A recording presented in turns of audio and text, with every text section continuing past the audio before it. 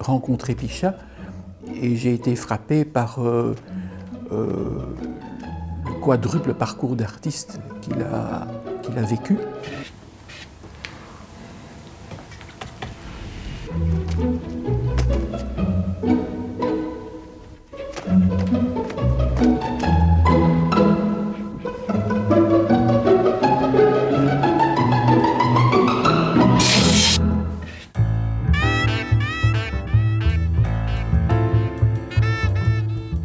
Avant de se lancer dans le cinéma d'animation, c'est un dessinateur satirique extrêmement connu. Donc c'est une part de sa vie aujourd'hui qu'on a complètement oubliée, mais c'était quand même un des plus grands dessinateurs satiriques. Il a travaillé chez Harakiri, mais il a travaillé dans pas mal de journaux en Belgique de l'époque, dont Spécial, pourquoi pas, et d'autres. Il a travaillé à National Lampoon, qui était le Harakiri américain.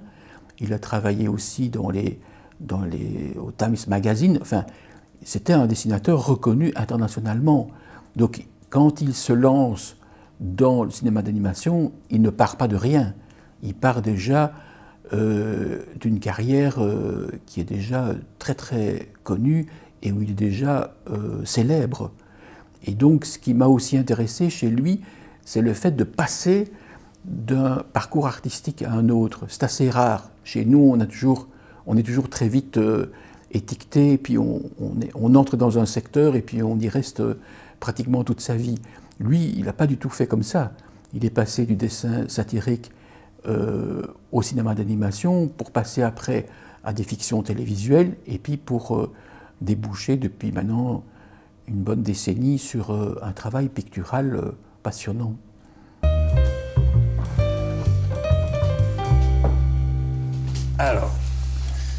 Alors là, je pense qu'on aborde un aspect extrêmement important de la personnalité et de l'œuvre de Pichat. Et il a des passions secrètes qu'il préserve absolument et qui sont, à mon avis, le cœur de son art et de sa création et de sa vie. Et parmi ces passions-là, une des plus importantes est celle dont on a la preuve sous les yeux, c'est-à-dire sa passion pour l'art africain qu'on retrouve dans son œuvre.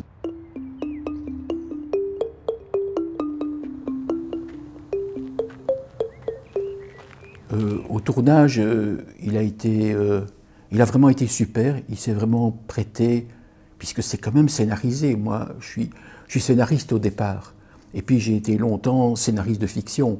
J'ai moi-même fait un film de fiction.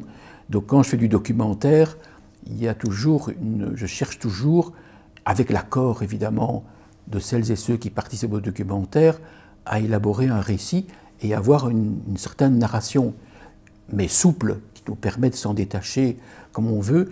Et Pichat s'y est prêté, mais ça rejoignait aussi son désir qu'on interroge à chaque fois dans chacun des arts qu'il a pratiqués, qu'on interroge chaque fois sa pratique artistique, et pas qu'on revienne trop sur qu'est-ce qui lui est arrivé, même si à un moment donné j'évoque quand même son enfance, mais c'est nouveau par rapport à son travail de dessinateur.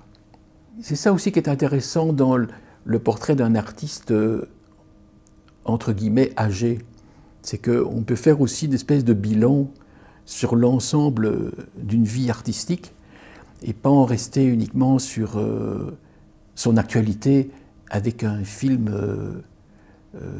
qui sort, quoi. Ici, on est vraiment dans quelque chose qui offre une autre dimension de par le temps qui s'est passé dans toute cette vie, puisque Pichat a quand même aujourd'hui 82 ans, et aussi en parallèle à ça, la vie de l'animation. Il y a surtout quelque chose qui me tenait à cœur, c'était de toujours faire le lien entre le passé et le présent. Je ne voulais pas du tout entrer dans un portrait d'un artiste, un portrait nostalgique, où on reviendrait juste sur une époque aujourd'hui oubliée et révolue. Il y avait quelque chose qui m'avait fort frappé, c'est que Pichat aujourd'hui dans la nouvelle génération, est complètement oublié. Et je me disais, il y a quelque chose à faire découvrir. Donc c'est pour ça que je tiens beaucoup à ce que dans le film, on parle aussi de l'état de l'animation à l'époque, pour comprendre ce que vient faire Pichat dans l'état général de l'animation à l'époque de Bellevision et de Tintin, Lucky Luke et les Schtroumpfs. Et en même temps, je tenais à ce que je puisse avoir des interlocuteurs et des interlocutrices qui sont capables aussi de parler de l'animation aujourd'hui, et pas seulement de l'animation, mais de la manière dont aujourd'hui on voit la question de la satire, du pamphlet, de l'irrévérence, de la transgression. Je me souviens, j'étais toute jeune à l'époque, mais Pichat, c'était un peu, c'était le réalisateur belge en vogue du moment.